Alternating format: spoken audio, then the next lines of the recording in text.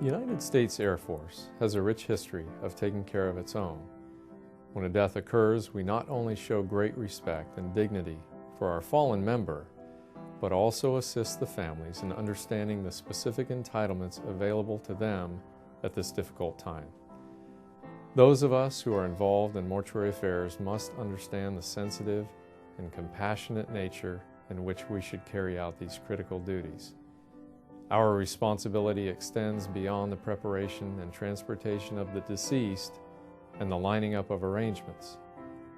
We are faced with the difficult task of meeting with and receiving instructions from the person authorized to direct disposition of the deceased, and the coordinating with the many who may be involved in making decisions concerning the funeral and honors.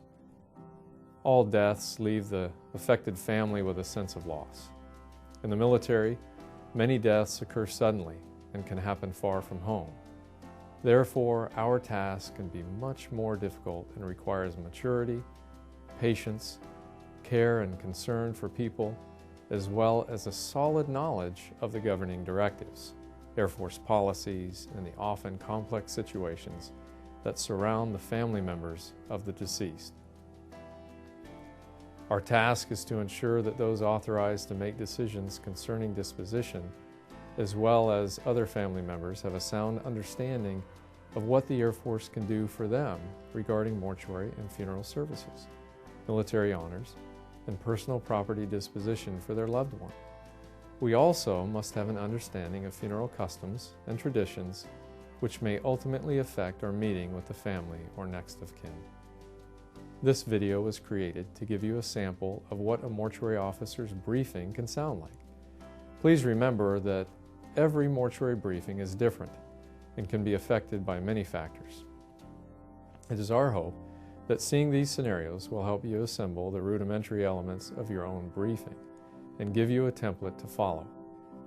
The development of your own personal techniques comes with time and experience. Before meeting with the person authorized to direct disposition of the remains, or PADD, you should have already done a great deal of preparation. While timelines may vary due to circumstances, the process begins with unit notification, usually via the command post to the unit commander, followed by next of kin death notification performed by a notification team. The casualty briefing given by the casualty representative, the PADD briefing given by the mortuary officer, the preparation of the body, the funeral service, and finally the concluding paperwork. As soon as the mortuary officer is notified, he or she should contact the mortuary technician, who will begin creating the mortuary case file. Starting with the log of events, it is critical to note that someone on the team make an annotation of each contact or event in the log, and that all paperwork is as complete as possible before the briefing. It is also important to ensure the driver has a map and good directions to the meeting location. It is of paramount importance to make the initial call soon after the notification is made. This initial call can alleviate many of the family's concerns and gives the family a focal point for mortuary issues. This also applies when the PADD is not at your installation and you will be conducting the briefing via telephone. There is no standard team makeup for your visit with the family. Your team may consist of only you and your mortuary technician, or it may include a chaplain, a supervisor, a family assistance representative, or a trusted family friend. Note that a field grade officer must be present and must give the briefing if at all possible. It is good practice to have at least one other person present to assist with note-taking and to keep paper shuffling to a minimum.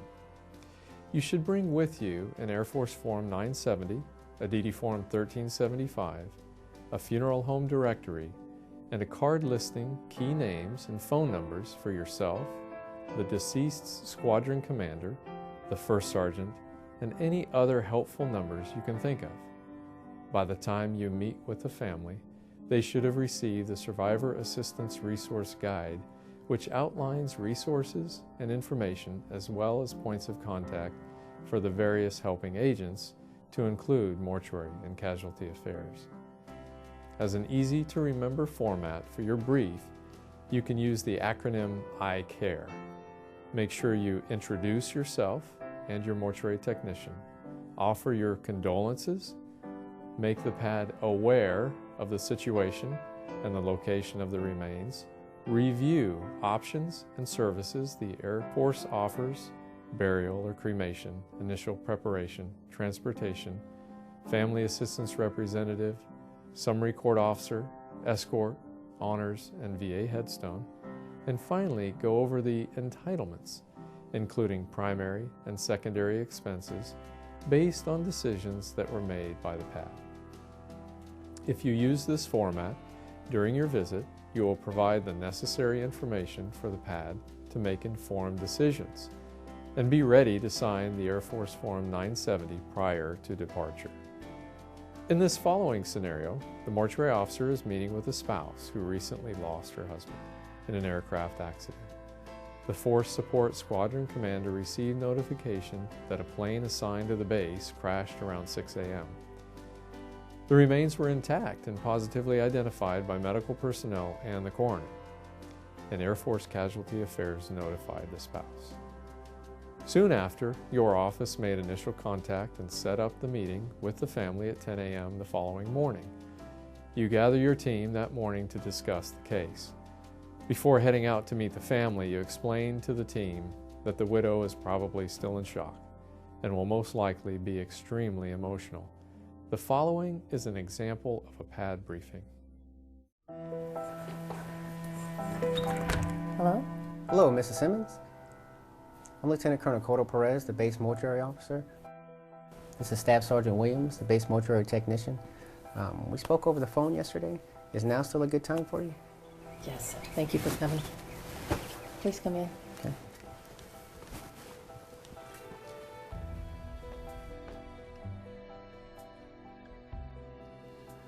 Okay, ma'am. Well, I first want to start off by saying thank you for allowing us to meet with you today. I know this is a difficult time for you, and we'd like to extend our condolences to you and your family. We're all saddened by the passing of your husband. Thank you. Please call me Julie. Good, Julie. Well, I'd like to tell you the information I have concerning your husband right now. Okay? So your husband has been recovered from the crash site and is at the county coroner. Can I see him? I really need to see him right now. Okay. You can see him, Julie. However, he was just in the crash and he just got to the coroner. So I would recommend if you give it a little bit of time to allow the funeral director time to prepare him for viewing. Understand. And we can arrange that for you with whatever funeral director you decide to go with. We have some information we'd like to share with you today that will hopefully help you make decisions regarding your husband's funeral arrangements. Okay? Now, it may seem like a lot of information, so don't feel obligated to make all those decisions today. Okay? Our contact number is in this binder, and along with all the information we're going to cover today. Okay? So we'll leave this here for you to review once we leave. And also, slow me down or ask questions at any time. Okay? I want to make sure you understand the information. Okay, thank you. There's just been so much, so many people from this unit and people that we know. It's, I think the binder will be very helpful for me to keep all this together. Thank you. Now, the Air Force can pay some or all of the costs involved with the funeral arrangements. So the first decision we need you to make today is if you would like the Air Force to help you with these arrangements, or would you like to do them yourself?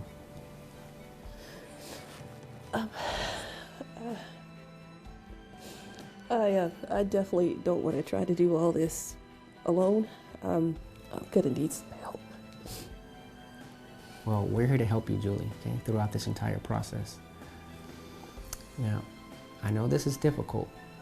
However, did you and your husband ever discuss what would happen after his death? For instance, did you guys ever talk about cremation or burial?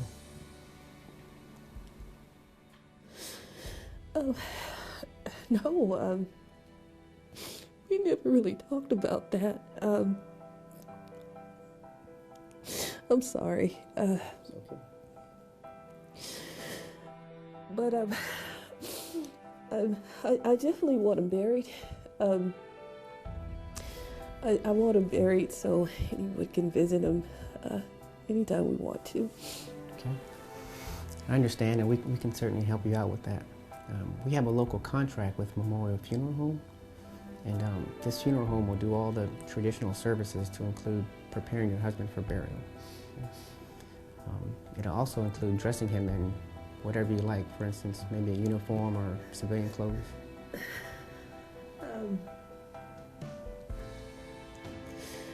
A flight suit. Tony really loved flying.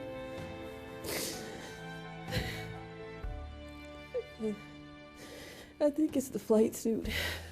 Okay, we can definitely do that. Now, would you like us to use one of his, or if not, we can buy one?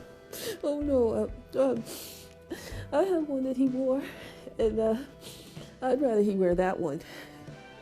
Okay, if it's okay with you, we'll make sure we get that from you today before we leave. Okay. I know this is difficult. However, the Air Force does offer 2 caskets that will be at no expense to you. Okay. I have pictures here in the binder. If you'd like to see them, I can show them to you.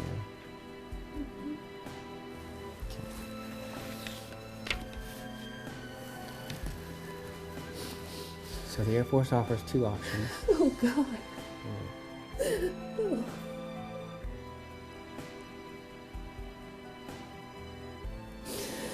Oh.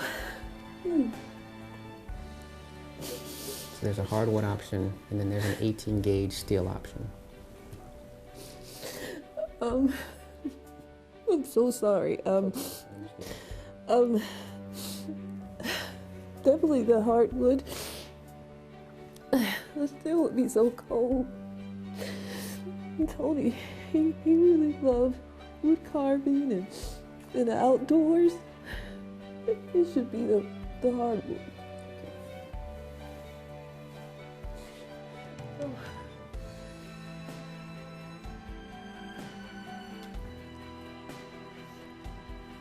It's okay, take your time, Julie. Oh.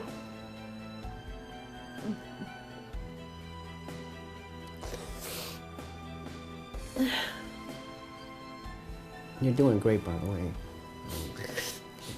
You've made decisions on the local arrangements already, so, but have you thought about where you'd like to lay him to rest? Maybe like a church or government cemetery?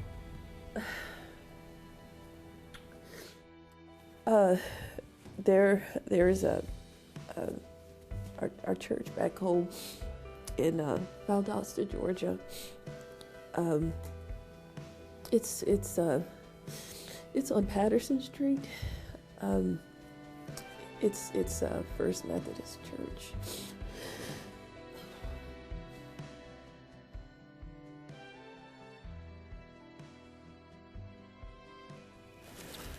Is this the one right here? On Patterson Street? Yes, that's the one.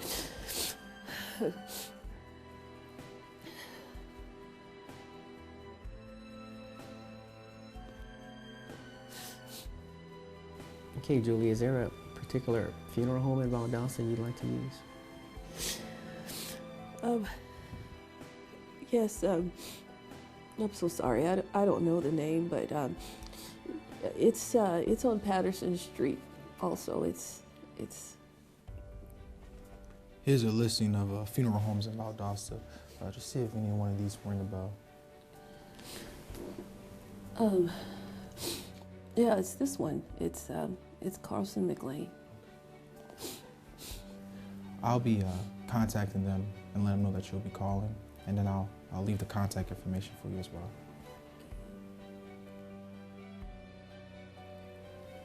Okay, Julie.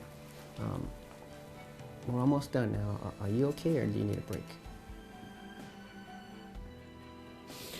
I'm okay. I know we have to get through this, so please. All right, Julie. You've decided on local funeral arrangements.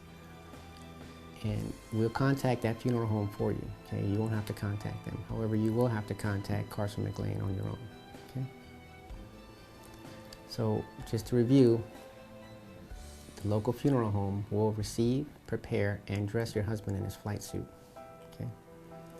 And we can arrange a viewing at that time for you. Okay? The funeral home will also transport your husband to Carson McLean Funeral Home in Valdosta, followed by a burial at your church. You said it was First Methodist. Is that correct?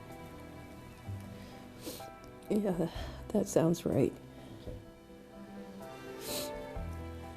Okay, Julie, well, the Air Force will also appoint 4 individuals to further help you through this process.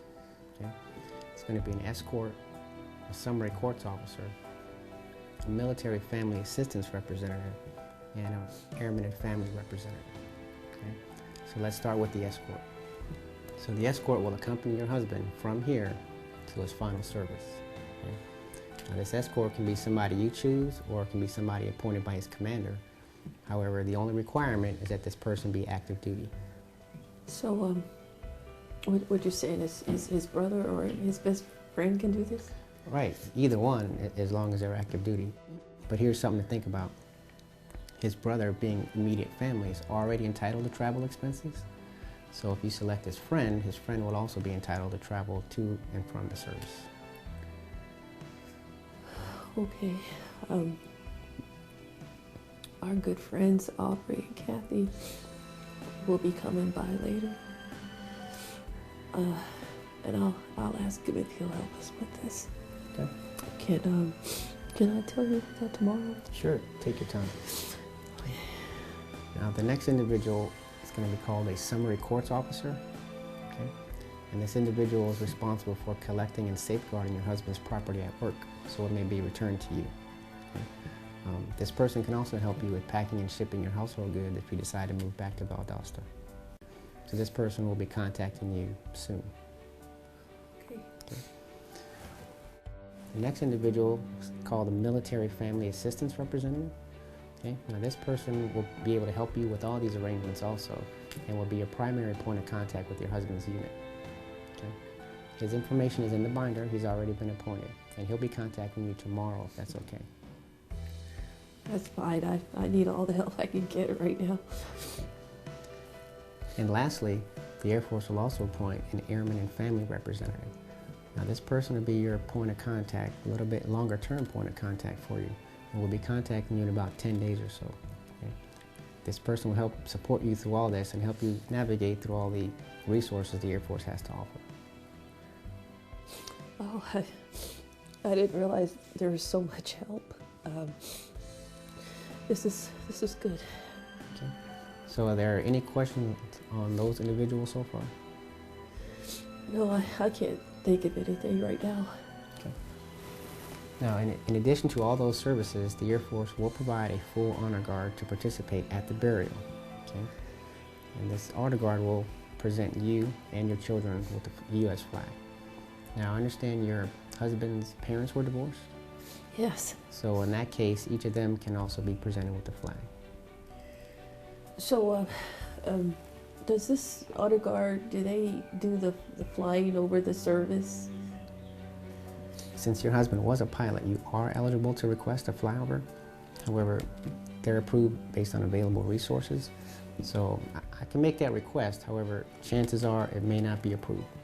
Well, I want that. I want full honors. He deserves everything. Tony loved the Air Force, and this would be such a tribute to him and to our family. So this needs to happen. We need this flying over. Okay, well here's what I do. I will definitely have the full honors that we mentioned, and I will request a flyover and, yes. and do our best on that one. Okay, I want that. Now, Sergeant Williams would like to go over some transportation entitlements with you. Like the Lieutenant Colonel just stated, the information that I'm going to give you is going to help you make the right decision in regards to your travel. Now, as far as your husband's immediate family, this will include you, your daughters, your husband's parents, and his brother are all entitled to travel to the funeral service and return. This includes lodging for 2 nights. Now, as far as your travel, however you decide to get there, we will assist you, but more specifically, if you decide to fly, I will assist you in arranging airline tickets as well as assist in filing your travel voucher once your travel is completed. The only thing I'll need from you is just the full names and social of those members that are coming. If there's anybody additional that I didn't mention in the immediate family, or anybody in regards that's close but doesn't fall inside that guideline, we'll be able to help you out in some way, shape, or form. Maybe not all on the government's expense, but at least we can work the logistics and get y'all all together at the same time. I understand this is a lot of decisions you got to make and they're on your shoulders, so we won't worry about that today. We'll take care of that later.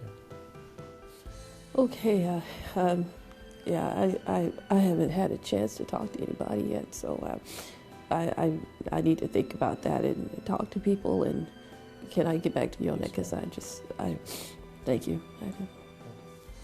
Okay, ma'am.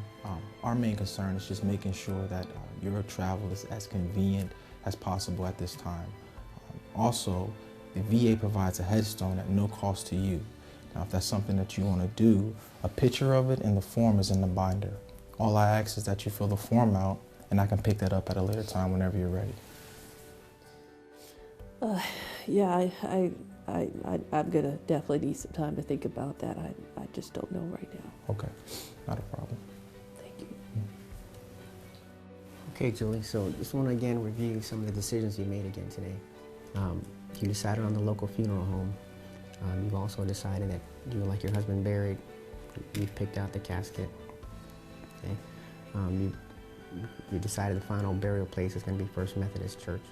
And then Sergeant William just went over your transportation entitlements. Okay. Does that sound right to you? Yeah, that sounds right. Okay. Now, the Air Force, as far as the funeral service is concerned, okay, the Air Force will cover these expenses during the funeral service, okay? And this information is also in your binder we're going to leave with you, all right? Now, they'll cover all these services up to this amount right here. Okay. Now, anything over this amount for these particular services, you'll be responsible for, okay? And I'd just like to mention that if you could please hold off on setting a final date and time for the service until we've had time to confirm all the transportation arrangements. And I understand. Okay. Okay, Julie, before we leave today, I'd just like to get your signature on this form. What about his watch and his ring? I don't want him to be buried with those things. I want those things returned to our children. Can you get those back? Okay, we'll contact the coroner and we'll You'll also... do that. Matter of fact, we'll do that today. We'll contact the coroner and we'll contact the funeral director and see how fast we can get those things returned to you. Okay, because we got to have those back for the kids. Okay. Again, I'll definitely make that call today. Okay, so what were you saying about this form? Okay, this form summarizes the decisions you've made today. Okay, you've selected burial for your husband. Okay, you've also selected a wooden casket, and you desired a military honors at his burial. Okay, and again, we'll arrange for the request for the flyover. This is the address to the local funeral home that's going to do all the local preparation, and then this is the funeral home in Valdosta. Okay, we went over your entitlements that are in the book, and we talked about this is the amount that the Air Force will cover for these entitlements. Okay, so when you're ready, all I need you to do is please review the form. Go ahead and put your initials here, and then sign at the bottom, please. And take your time reviewing the form.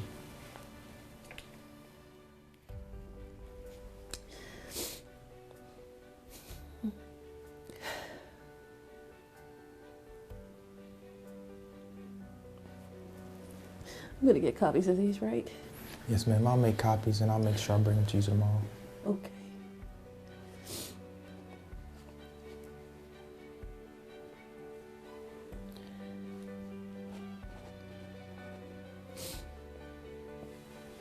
Thank you. Okay, Julie, do you have any further questions for us today? Are we almost done? I mean, you both have been really, really nice, but I really need a little time to myself. Are we almost? We're done, Julie. We'll go ahead and go now. Again, all the information is in the binder, okay? Our contact information is in there. Please call us at any time, okay? 24/7, we're here for you. If you have any questions or any concerns about what we went over today, okay? So you've done a great job today. I know this is difficult. Okay. So we'll go ahead and go now. Also, ma'am, if I can get his flight suit, I can take that today as well. Yes, I'll get that for you. Thank you. The discussion you just witnessed is typical of many PADD briefings. However, each situation is unique. The next of kin may display many different emotions during your meeting. These can range from denial to acceptance, or even anger. It is extremely important to project a sense of compassion and empathy towards those you are serving. You must also be acutely aware of the laws and governing directives to administer the entitlements correctly.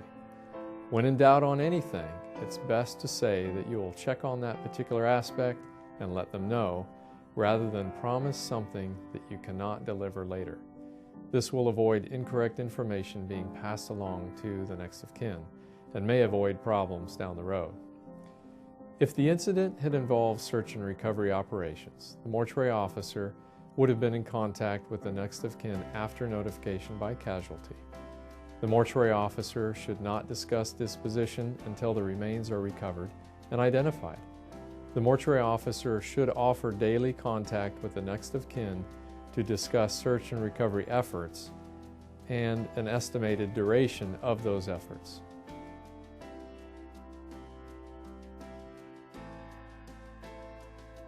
Sometimes it's necessary to brief the PADD via telephone. The information covered is the same as with a face-to-face briefing, but additional steps will need to be taken to solicit some decisions and to procure signatures. Briefing by telephone can present some unique challenges. Since you are unable to see the PADD, it can be difficult to ascertain the PADD's state of mind. You may also need to repeat things several times or find other ways to explain entitlements. It is ideal to have your mortuary technician listening in on the speakerphone to assist with note-taking. The purpose of this video resource was to demonstrate a proper briefing technique and to expose you to some of the many complex issues that may arise during a mortuary case. With a periodic review of this video and a sound knowledge of the current entitlements, you should be able to carry out this important responsibility. Remember that the families you'll be helping have all contributed and sacrificed to ensure the defense of our nation. It is your duty and obligation to ensure their needs are met in this most difficult time. Compassion, maturity, respect, and candor. These are all qualities and characteristics that must be present in anyone who is involved in caring for our fallen Air Force members and their families.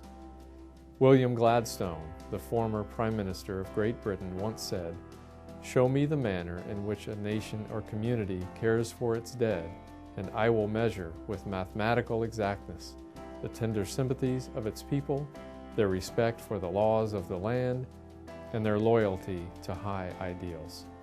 The Air Force community exemplifies the vision expressed in this passage.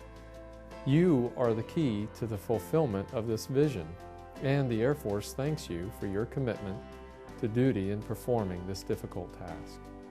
If you have further questions about PADD briefings or about entitlements, don't hesitate to contact Air Force Mortuary Affairs at DSN 445-3982 or 1-800-531-5803. Thank you for your commitment to the Mortuary Affairs Program and Air Force families.